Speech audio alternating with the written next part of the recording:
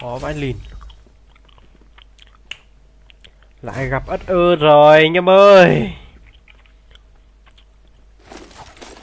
Khu B. Mệt mỏi quá. Khó nè. Lựu đạn nè, né đi.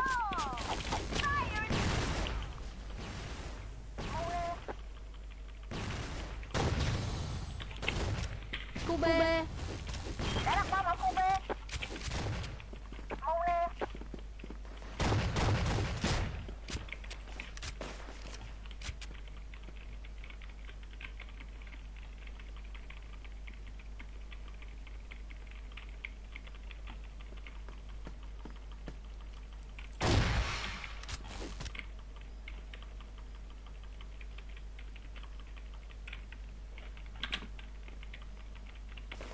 Quá bình thường.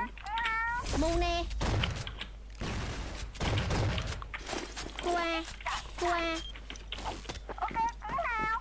Hai cái thằng clan ranger kìa nữa.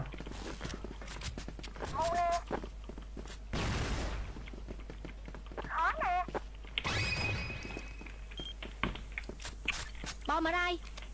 Đã đặt bom ở khu A. Khói nè. Lựu đạn nè, né đi. Mu nè. Đã nhận.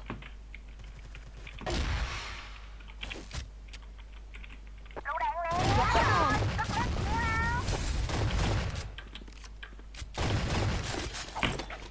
Khu B.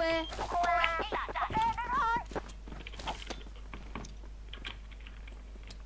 Khói nè. Lựu đạn nè, né đi.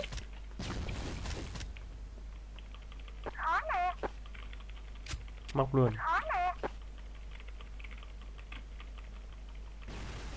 Đặt bom ở A. Lựu đạn nè, né đi.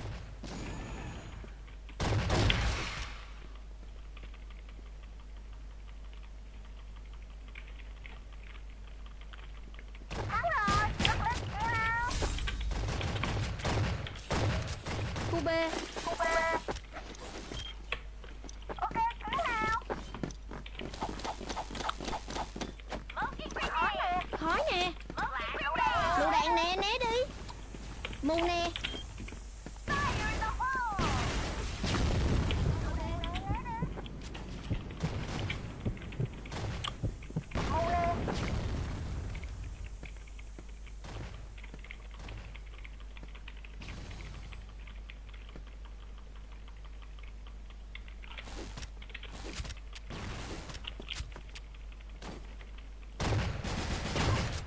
Trúng rồi.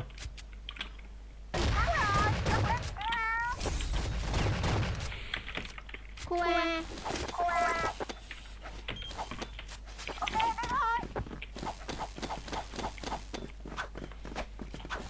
Lựu đạn nè, né đi. Bom kìa. Địt mẹ nó.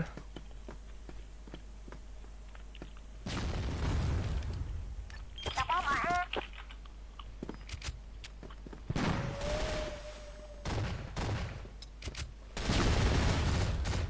Lựu đạn nè, né đi. Mu nè. Khó vãi chưởng.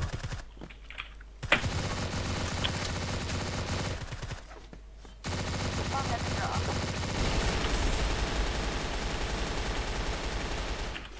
Khu B. Khu B. Khu B. Ok, thế nào? Khói nè. Khói nè. Khói nè. Lựu đạn nè, né đi. Lựu đạn nè, né đi. Lựu đạn nè, né đi.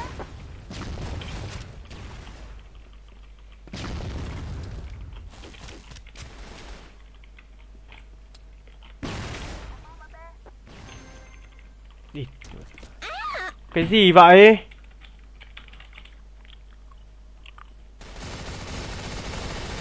Bom đã bị rỡ. Quay đi quay lại ăn đúng quả choáng cái chết chết hết sạch. Địt mẹ. Sang nhá.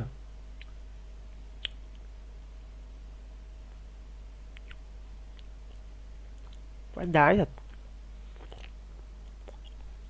Tìm sợ vãi lìn. Thề luôn. Nó danh nó cũng phải tùy ngày ấy, chứ không phải là ngày nào cũng thắng được đâu.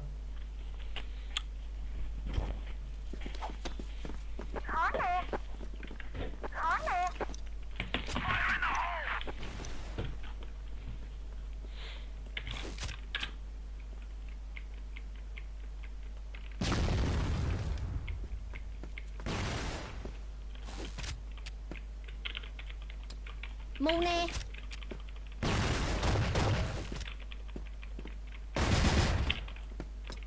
Lựu đạn nè, né đi. Hai mồm. Một c. Cái định mệnh 80-86.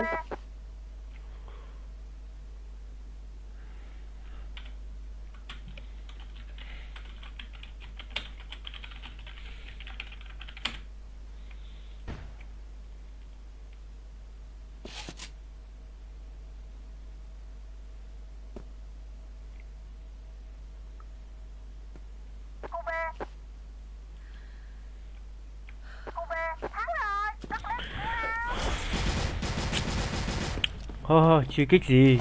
Hết giờ rồi em ơi. Đột kích truy suốt đây. Mu nè.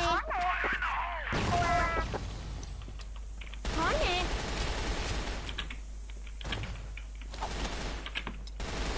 Lựu đạn nè, né đi.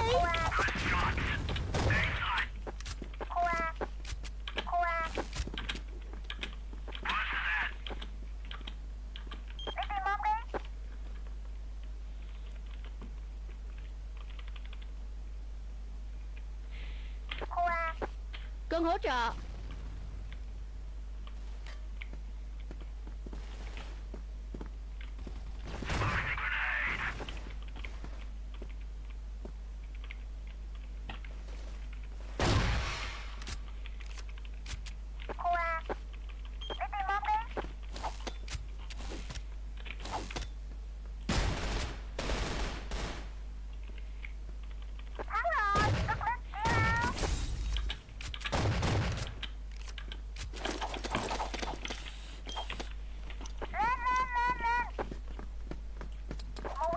Mu nè.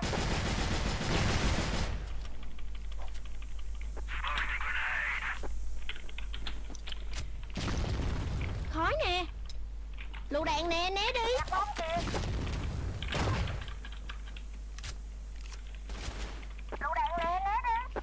Cẩn thận, sau lưng.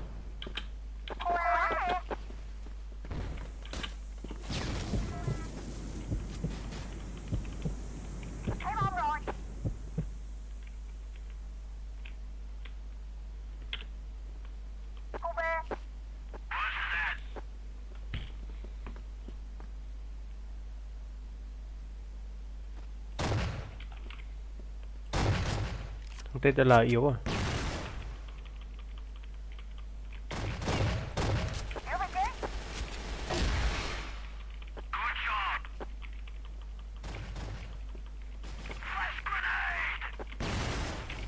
Đi mẹ nó mù hay thế.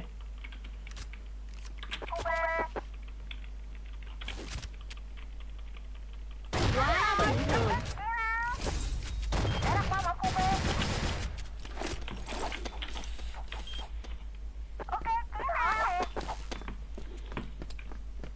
Mu nè. Lựu đạn nè, né đi.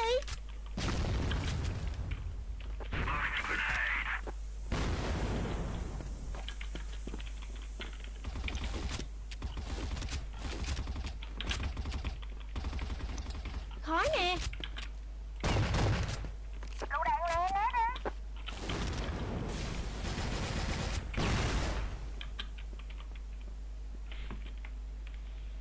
Cẩn thận, sau lưng.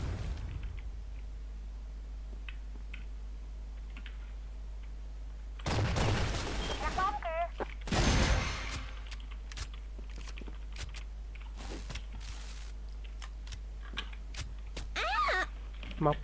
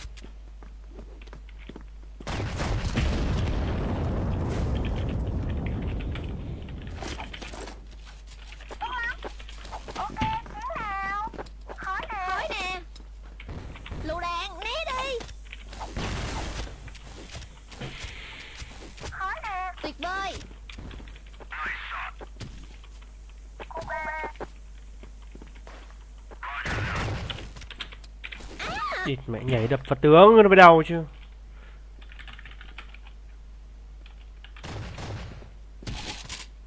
Con.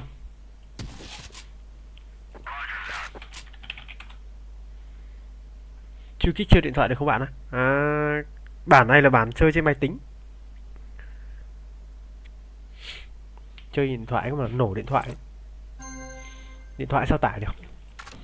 30 GB cơ mà. Cái dung lượng của nó ấy.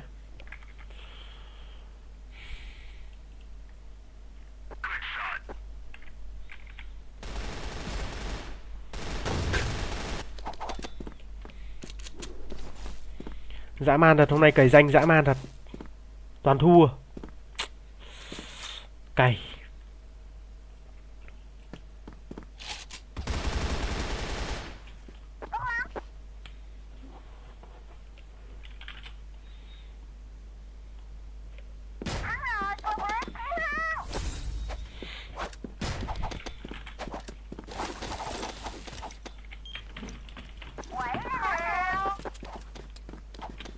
Khói nè. Lựu đạn, né đi.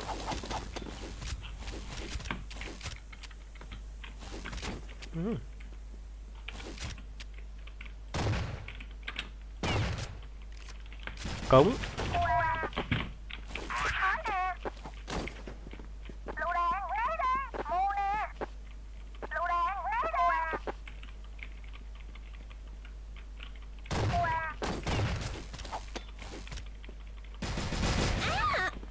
Bắn thêm được có 17 máu.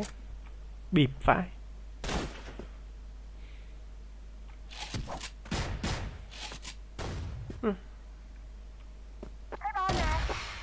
Bắn lục vào đầu giỏi nhỉ.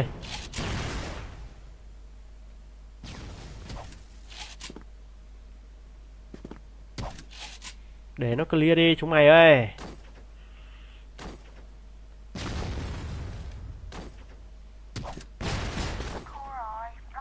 Sao lại phô luôn vậy?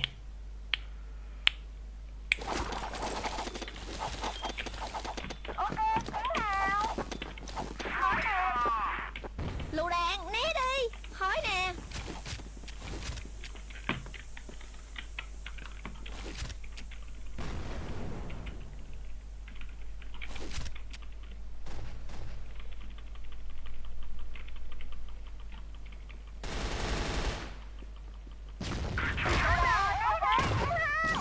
Mù nè.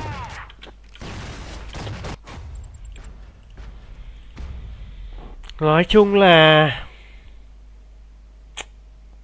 đau đầu lắm. Danh này đau đầu lắm.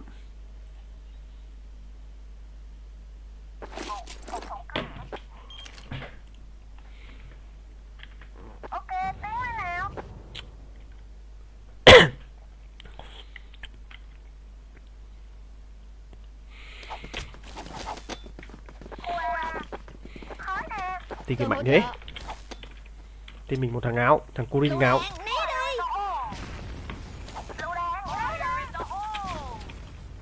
Mù nè.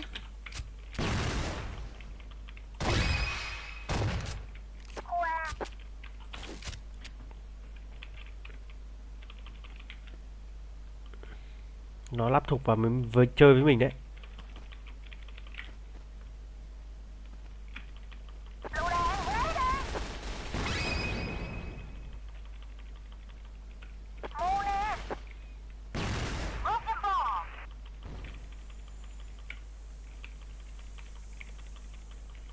Và sao tôi sẽ móc ngách hợp lý. Mồm. Khói nè. Tôi sẽ móc ngách quả này này. Nó lại đi ngách nó chơi mình đấy. Hiểu mà. Mù nè. Khói nè. Lựu đạn, né đi.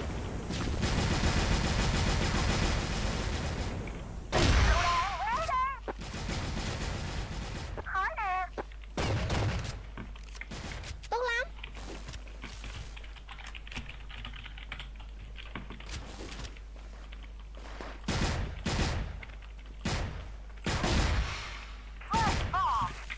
Thấy bom nè.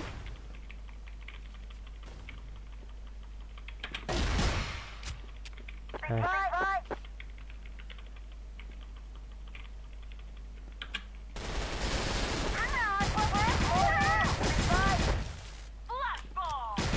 Thành cái bề 7 máu.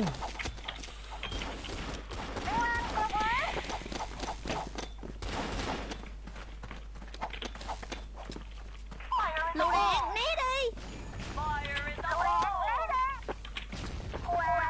Mua nè. Khói nè.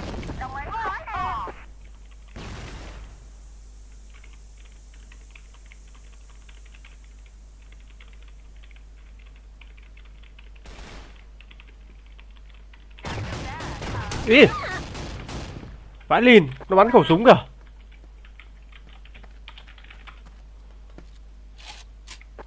Súng vãi chưởng ấy. Hello anh, này lại muộn thế anh. Chơi danh nó cuốn thế đấy, khổ thế đấy. Tự làm khổ bản thân mình thế đấy.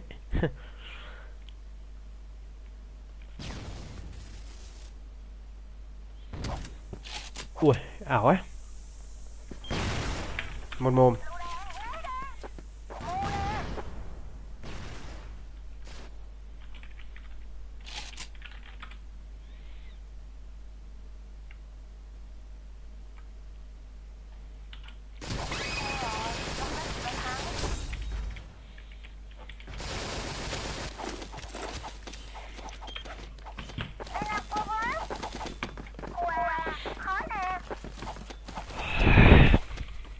Lựu đạn né đi. Nước một. Mua nè.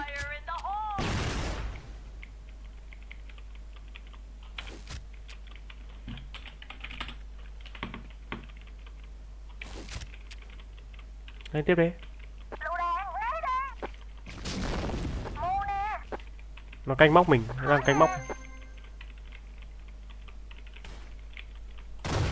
Ui ôi, 2 thằng. Nó giạt 2 thằng sao mình bắn lại trượt nó nhở?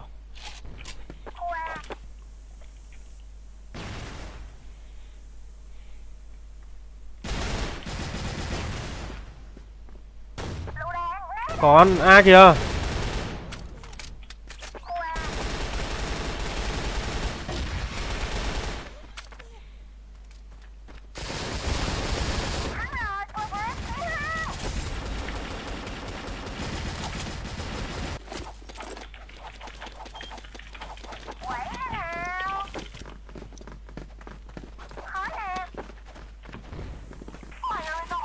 Mua nè. Khói nè. Lựu đạn né đi. Đẩy mạnh mít ra yếu.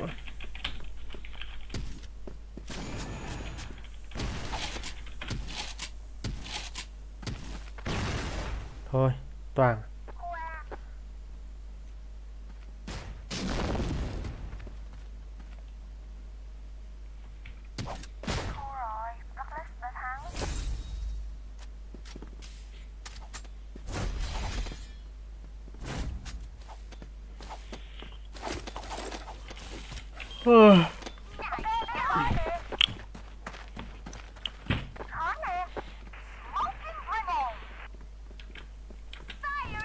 Khói nè.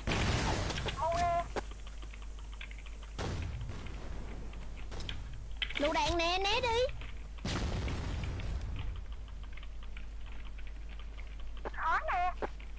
Mẹ không dám lên đây à?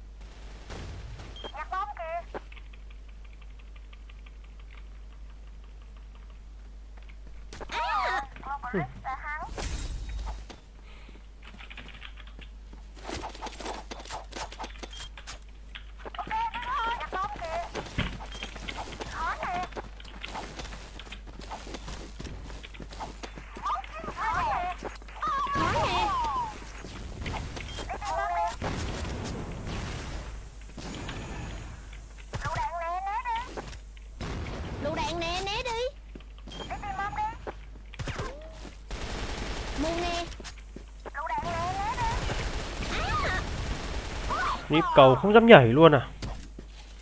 Mid 2. Móc ngon, móc ngon.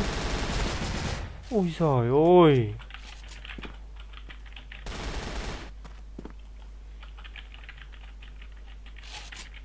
Bắn thế bảo sao thua.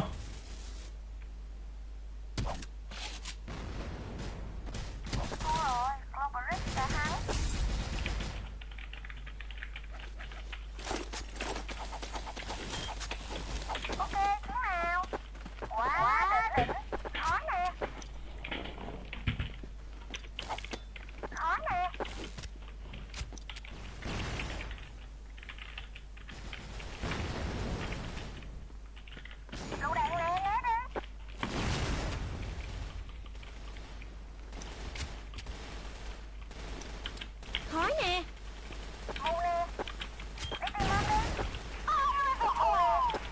Lựu đạn nè, né đi.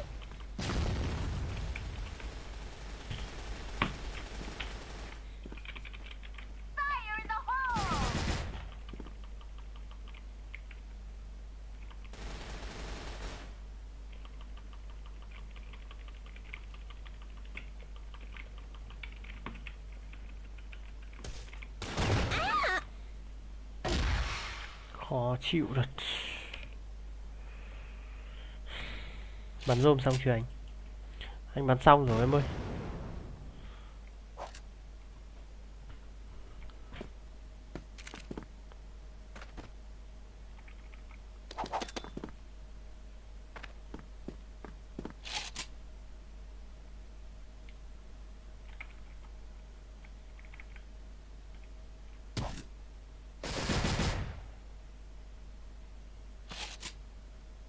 Làm được.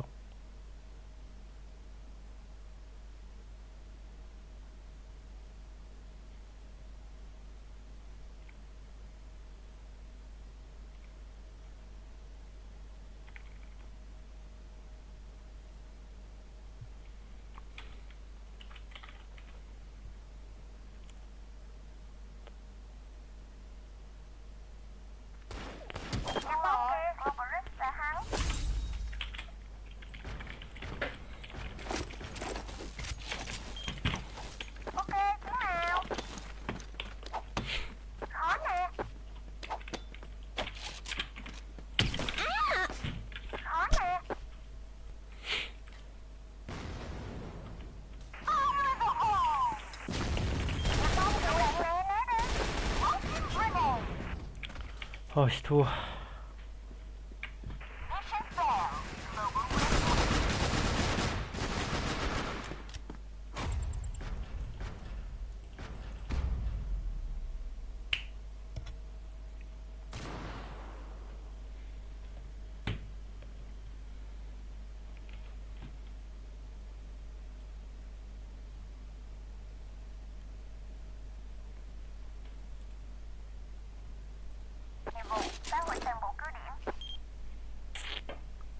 Anh lại quên ghim số tài khoản à?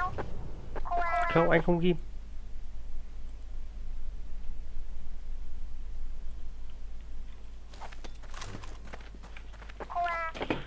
Trời ơi, lại map này mệt quá.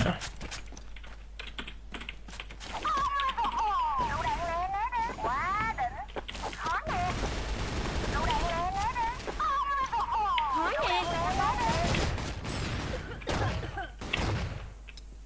Lựu đạn nè, né đi. Vỡ mồm.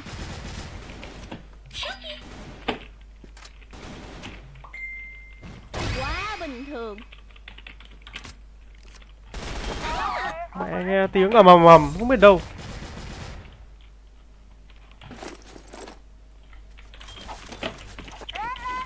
Huy độ này ít view nhỉ? Ít, ít mà.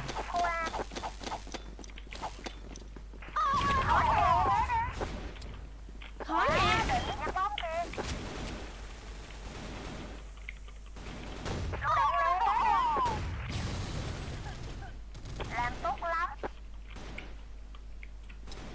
Lựu đạn nè, né đi.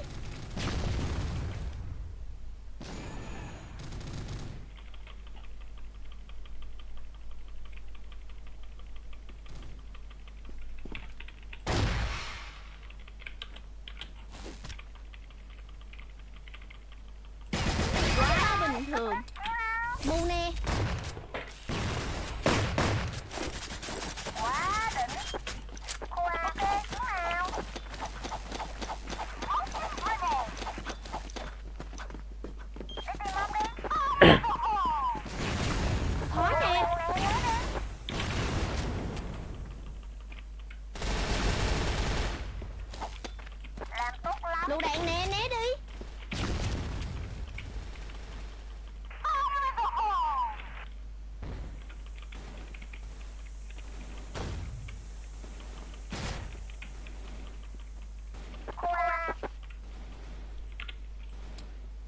Mù nè. Lựu đạn nè, né đi.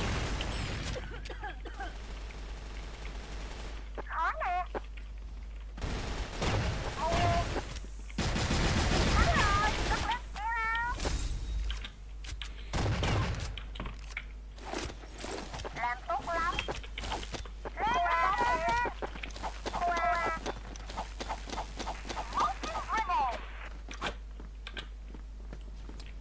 Khói nè.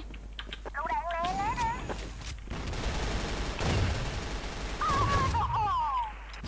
Lựu đạn nè, né đi.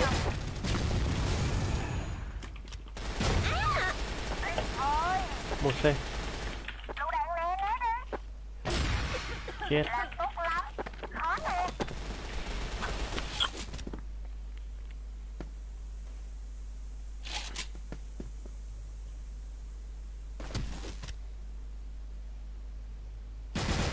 Thắng rồi, rất lít nào. Vẫn win mới hay chứ. Quá đỉnh. Ok, tiếng nào. Quá đỉnh.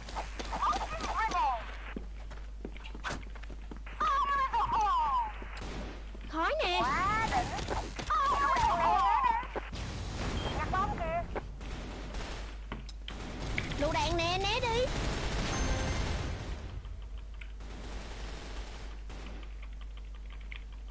Nhặt bom kìa.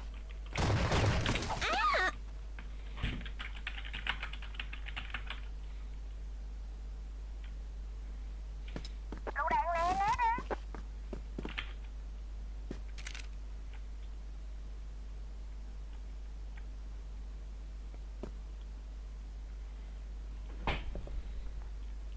Feel Artie got angry with you after he saw the amount of money you made? You've always I had don't know that feeling. it's But wait a minute, there's a angry. bigger issue here. I think it's more backtracking resentment, on that. resentment. And all of a sudden, I didn't have the check. You were showing something around.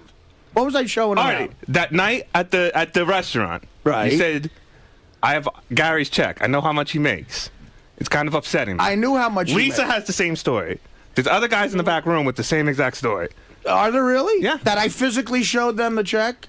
Physically showed the check. I'm trying to remember if you physically had a check in your hand. My mother- I remember seeing something in your hand with a figure written down. Who else is saying yeah, yeah, yeah over there? Benji. No, I'm Oh, saying Benji saw it too? Artie might have joked around and written something down, but that doesn't mean he had the check with I him. did not have the check. Sounds with like he me. was Well, walking everybody around. knew about the I check. see. I talked to Artie about the I check. don't. I don't was trying to deny. back up I don't Lisa's deny story. not. I told people about it because I thought it was funny. It was. It had just. It wasn't that funny to me. It had happened. It had happened 10 minutes before I got to the party, and I had a couple of drinks. And I was like, a funny thing happened. That I agree with. did- Artie had a couple of drinks, and then when I mentioned to Artie that I would rather he not talk about it, he stopped. Of course but I he did did. talk to. He did get to a lot of the party before I got to him. So Artie is now saying he is not angry with you about your check. All right, that's good to hear. I really am not. But is he angry about anything else? And if you call my mother really wouldn't lie. She'll tell you she never physically sent me that check. She mailed it back. So that's- and if I had your check out, of course I would just hand it I to know. you. All right, so that's a good question, Robin. Do you have any issues with me at all? No, I think I do. I don't because I'm you telling have you, issues with? after years Gary. of people getting in your head here, you got it in your head that I had a problem with you, and I think you've been like snippy with me lately because of it. And, No, and I mean I'm upset about. Aside from all of that, I am upset about the way you're acting, just because of. Again, you're making me sound like I'm gay, but I do. I'm care, not. You no, are. But I care about you a lot. I to the care point- about you a lot. And if you said I need to leave the show for 2 months to go get better, I would say that that's a great thing. I would rather lose you here and keep you in life than just have you fucking come in here every day. But now and you just- couldn't be sure he'd be getting the help within that 2 months. That he is might true. Just be taken on. That is true. He At might the be end of the just day, relaxing. Artie. At He the end might of the be day, in Italy. it's about you. No, I know. sounds gay. Listen, and when I tell you, here's the thing. See, so now when I tell you I believe you care about me that way, you'll go, you're lying. Like I don't know what to say. No, man. but when you- I understand that. Artie, do you believe that Gary... You want to know how much Gary made? Yes, please. And write it down on a sheet of paper, and then I'll pass it around. Matter of fact, I do want to know what he's up to. But do me a favor. He's underpaid. Is he? Okay. First of all, I don't even know. Here's a funny thing. I don't even know That what doesn't sound like a real applause. I don't even know what it was that Artie saw, and I don't even know, what check he saw, whether it was for what period of time. Here's what I'll. So I don't know what's in his head. Here's what I'll I say admit to. something? I swear to on my father's grave that I did not have that check at that party. And I would have given it to you if I did. What I will admit to, which I should have showed more willpower, was my mother gets my checks. And she called me up and she said, "Listen, Art, I feel bad. I was sent Gary's check instead of yours by mistake, and I just ripped it open a lot, and I looked at the amount, and it was a different amount than usual, and I started looking about why it would be that way, and she saw Gary's name, Right. So we were talking on the phone, and I'm thinking, I'm talking to my mom, and I'm like, if someone wouldn't have done this, you're a better person than I am. I would have asked. I said, Ma, it's me and you. I said, what does Gary make? She's like, So I had to for a half an hour, I had to grill her. And finally, she told me. And neither one of us had a problem with it. I'd want to know. And that's why, and that happened literally. Remember that night, I was under the impression I was going to dinner with just you and Beth. Yeah. Literally, when I parked my car to meet you at your apartment, my mother had just told me that. It was funny. It was on my mind. I had a couple of drinks and I told people. I shouldn't have told anybody. That was bad. And then Gary came to me and he said, "Listen, I appreciate this." That's why High Pitch Mike, when me and him started arguing, this is what he wanted to bring up all the time. And I said, well, that affects other people. That's rude of you to do that. Right. So I'm sorry you had to bring it up now. That could not be. I asked my mom. It was a thing that I thought that was going on between you and I. My mother never, ever sent me the check. She just, I said, well, mail it back and tell the person. I felt bad someone might get fired, so I never physically had the check. Well, listen, I do understand Gary's point. He is saying that you think it's gay that he cares so much about you. I really don't. That's everyone- joking around. I'm faggot. I think that everyone on this show, myself included, I'm speaking for everyone now, is genuinely concerned about you. I think you know that. I believe that. Sure. I can tell you I love you. I know that Gary does, and I don't know about Robin, but Yeah, Fred, there seems to be some question. yeah, Fred, I don't. I know, Rob. Fred, I don't really. I get. Fred, I don't really know that well, but I'm saying. I get nothing but great vibes that way from everyone. Even here. Fred. You're Yeah, saying. of course. You get vibes from Fred? Especially Fred. You get vibes from Fred. I feel I'm a very good friends with Fred. I really think I am. Well, then you've got more going than I do. But anyway, And Benji. I think what Gary is saying is that everyone here genuinely loves you, and that no matter what kind of help you need, we'd be supportive of it. Right. If in fact you do need help. And so that's all he's saying, and he thinks sometimes you mistake that for either him being gay or for him, like, you're like, why would you care so much about me? But he really...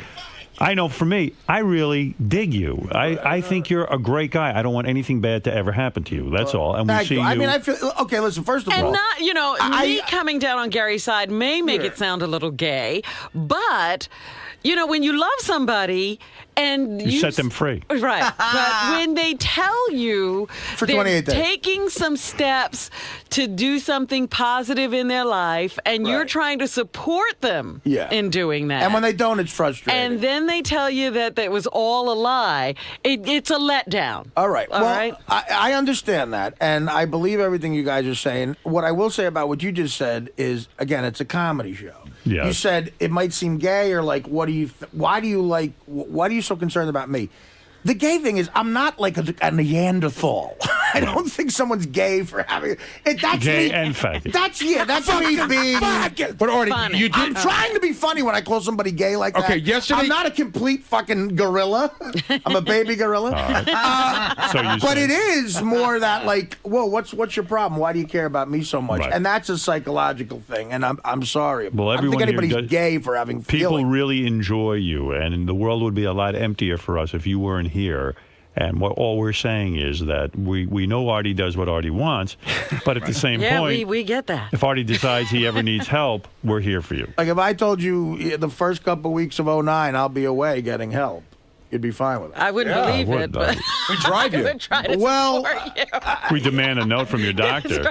Well, yeah, you'd get. But, hey, Howard, can I I know just tell you- doctors that for money will give me a note. Artie made an amazing revelation on the wrap-up show yesterday. Going to this point, Artie talked about the first time he went to rehab for his coke addiction, and he went to a 4-month program, and in the middle of the program, he got the movie Dirty Work. Is that correct? This is in the book. Right. Yeah. So Artie says basically he was not supposed to get out, and the place doesn't exist anymore, and he doesn't name it. Right. But he basically bribed his way out after half the time in there. Yeah. So he never even finished that rehab. Well, when you're in rehab, they can't hold you there against your will.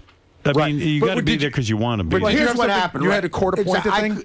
Yeah, what happened was, no, it wasn't even a court-appointed thing. It was basically this guy. I made an agreement with this guy to stay for 4 months. He then made an agreement to write a note to my next possible employer saying this guy, or even Mad TV if it came up, saying, I'm signing off. This guy's good.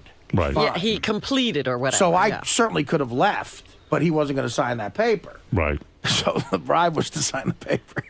Oh, I see. So he did sign the paper. Right, Yeah. because the Dirty Work producers wanted something from a doctor. And then didn't you try to score coke that night when you were with Norm and When he was Chevy? playing pool. Yeah. No, that was the night of the audition for Dirty Work. I told that story on the wrap-up. All right. Listen. Listen, all right. I'm fucked up. You're fine. You're gonna make it. You're gonna get help, and we'll see what happens. What? Howard, he's not going to get Oh, help. that's right. You're not going to get help, and you're not going to be fine. Dominic Barber, you have the last word, and then I must. 2 quick points. I want to read the last paragraph of Artie's book, the last sentence. Marty.